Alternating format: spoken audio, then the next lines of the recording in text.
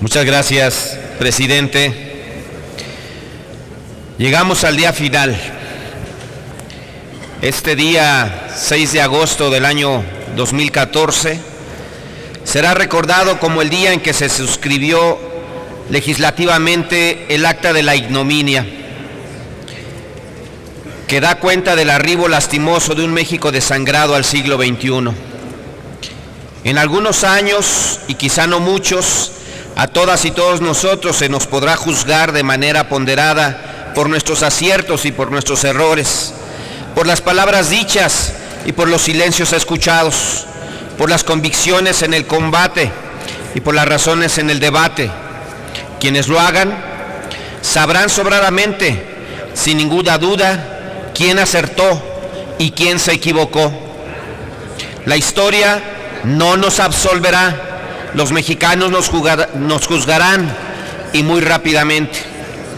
El dictamen que nos ocupa atiende la parte normativa presupuestal que complementa la transformación del régimen fiscal del sector energético de nuestro país. Esta es la pincelada final del gatopardismo de la estruendosa reforma energética. Consumado el atraco sobre la reforma petrolera, la renta petrolera, hoy se puede pretender afirmar que se ha liberado a Pemex de la desproporcional carga fiscal a que era sometido y lo coloca en las mejores condiciones para la competencia del nuevo mercado de hidrocarburos. Esto es absolutamente falso. Con los acomodos presupuestales y fiscales, las cosas cambian para que la realidad permanezca igual o peor. Esta es la esencia del engaño fiscal, presupuestal y financiero de la reforma energética. Con la ley del Fondo Mexicano del Petróleo y el título quinto de la ley de presupuesto, se cierra el círculo necesario para formal y materialmente dar existencia y posibilidad legal de recibir y ejercer una parte importante de los recursos privados derivados de la renta petrolera por el Ejecutivo Federal. La creación de la caja fuerte o la caja chica del presidente de la República, según se vea. Por esto, afirmo que el componente fiscal, presupuestal y financiero de la reforma energética constituye un ejemplo claro de la dialéctica del engaño, la simulación y la componenda con la que se ha acordado toda esta reforma energética. La dialéctica del engaño se revela como rasgo distintivo del actual gobierno de la República empresarial y su casta política. Vulgares magos del ilusionismo que cambiaron las cosas para que la realidad permaneciera igual o peor para la mayoría del pueblo y mejor, pero mucho mejor para sus intereses. Señoras y señores senadores, con este último dictamen de la reforma energética, la 62ª legislatura concluye quizá una de las reformas más importantes que se haya emprendido en la vida moderna del país, porque lo que aquí se cambió no fue solamente la organización económica para la explotación petrolera, por más que de ella dependa un tercio de los ingresos fiscales del Estado, o la existencia de las empresas públicas de energía, sobre las cuales descansaron los esfuerzos de industrialización y el nivel de vida de las familias mexicanas durante muchas generaciones. Por más que Petróleos Mexicanos y Comisión Federal de Electricidad hubieran impulsado el desarrollo de la ingeniería mexicana, que vivió sus mejores años con los grandes proyectos hidroeléctricos, petrolíferos y petroquímicos aprobados, a quienes ahora han sido escépticos que cuando hay voluntad de progreso nacional es posible engrandecer al país y a su gente. Porque esas grandes obras alentaron la formación politécnica y universitaria de miles de profesionistas que a su vez crearon un gran número de pequeñas, medianas y grandes empresas. Lo que aquí se intenta cambiar es la relación del Estado con millones de productores y propietarios rurales, con esos hombres y mujeres que después de haber hecho una revolución en contra de la concentración abusiva e injusta de los recursos naturales, hoy observarán cómo se pretende regresar sus tierras y sus vidas a una servidumbre que los autores de la reforma prometen que solo será temporal, 25 años o quizá medio siglo, según la vigencia y renovación de los contratos petroleros. Lo que aquí se cambió en la forma y en el fondo fue la relación entre los poderes de la Unión. Esta legislatura, y así se recordará, aceptó abdicar a favor del Poder Ejecutivo de su facultad para controlar y orientar la fuente principal de los ingresos públicos, que seguirán siendo aquellos de origen petrolero.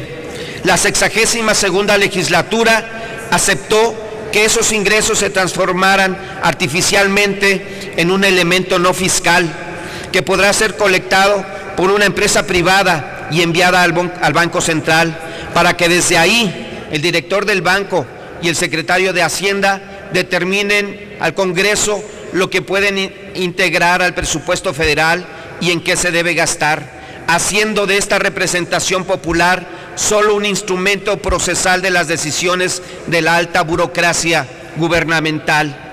Lo que aquí cambió fueron los vínculos entre los poderes responsables del gobierno de este país, porque en nombre de la modernidad, el Ejecutivo Federal ha construido una mayoría dócil y acrítica, incapaz no de escuchar a la oposición, sino incluso de leer, reflexionar y corregir sus propias cuentas, aún los más evidentes, por su propia cuenta, aún los más evidentes desaciertos. Así pudieran ser secundarios o para la mejora de su propio proyecto. Algo está mal en la democracia mexicana, porque una representación incapaz de aceptar la pluralidad construye para un solo interés social y en contra de los otros, porque un gobernante cuya legitimidad depende de la subordinación de quien deberá ser su contrapeso, se puede instalar rápidamente en la ruta del autoritarismo y del uso de la fuerza para hacer progresar sus fines. Algo está mal en la democracia mexicana cuando una reforma de esta magnitud se apresura en el Congreso, sabiendo que más de la mitad de la población está en contra, porque los ciudadanos intuyen, saben que con esta reforma llegará al país poderes económicos que enajenarán no solo el petróleo, sino todo aquello necesario para incidir en el rumbo del poder político del país. Y esto último no es solo una visión de la izquierda. Recientemente, por azares de la política, se los ha venido a advertir el gobernador de California, el estado más importante de la Unión Americana, país que ustedes tratan de emular como modelo de funcionamiento económico.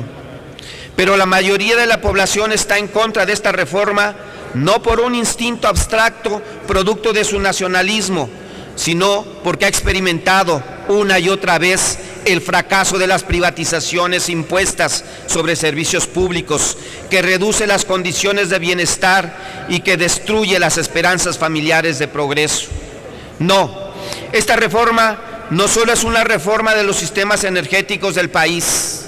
Los casi 1000 artículos que la integran quizá no mencionen con la claridad pertinente a la sociedad y al Estado mexicano. Quizás por eso es que esta legislatura nunca examinó las consecuencias que a ese nivel pudieran ocurrir. Por eso, el día de hoy, el debate está muy lejos de haberse cerrado. Pudiéramos decir que con la promulgación de la reforma, finalmente la opinión pública podrá contar con textos que no serán transformados de última hora, en el camino o por la madrugada, como se hizo esta reforma. Todos los integrantes de esta legislatura sabemos que la reforma no goza de la simpatía popular y que por eso sus autores tuvieron que articular un esquema constitucional contradictorio. Mantuvieron la prohibición de las concesiones petroleras, pero se autorizaron concesiones. Mantuvieron la exclusividad del Estado en las áreas estratégicas, pero en ellas participarán empresas privadas. Se mantiene la propiedad y el control exclusivo del gobierno sobre las empresas públicas, pero al mismo tiempo el gobierno será socio minoritario de sus empresas. Muchas contradicciones. El gobierno ha ofrecido a la opinión pública que el país se modernizará, que se abrirán 2,5 millones de empleos, que se dejarán de importar 40 o 50 mil millones de dólares al año de productos que se producirán aquí, que se bajarán las tarifas de la energía eléctrica, el gas y la gasolina. Esa oferta se ha repetido en este recinto una y otra vez, sabiendo quien la repite que todo ello es completamente falso, sabiendo que mienten, que por el contrario, los subsidios desaparecerán o al menos se reducirán e impulsarán al alza las tarifas, que los gasolinazos continuarán todo el sexenio y que los empleos no llegarán, que habrá miles de trabajadores despedidos y que disminuirán los derechos laborales, porque esa es la condición que han puesto los nuevos patrones del negocio petrolero y eléctrico. Finalmente, los argumentos del debate que viene ya están en las calles y el ciudadano exigirá que las tarifas y el gas y la gasolina bajen sus precios hoy, no en el futuro incierto al que los autores y promotores de estas reformas buscan meter al país. El debate y la contienda, señores del PRI y del PAN, no ha concluido. Efectivamente, aquí, en estas 4 paredes, ustedes son mayoría y han hecho lo que han querido, pero afuera saben ustedes que no lo son. Se engañan quienes creen que la industria petrolera y eléctrica mexicana son obras de un decreto, pues esos decretos, sin la fuerza y el apoyo permanente del pueblo, hubieran sido nada. Veremos si esta reforma puede obtener un apoyo popular que ahora les es adverso, o si al imponerse despierta una acción ciudadana que por fin deponga a quien por incapacidad y corrupción ha sumido al país en la mediocridad, el nulo crecimiento y la desesperanza de un mejor porvenir. Muchas gracias. Gracias, senador.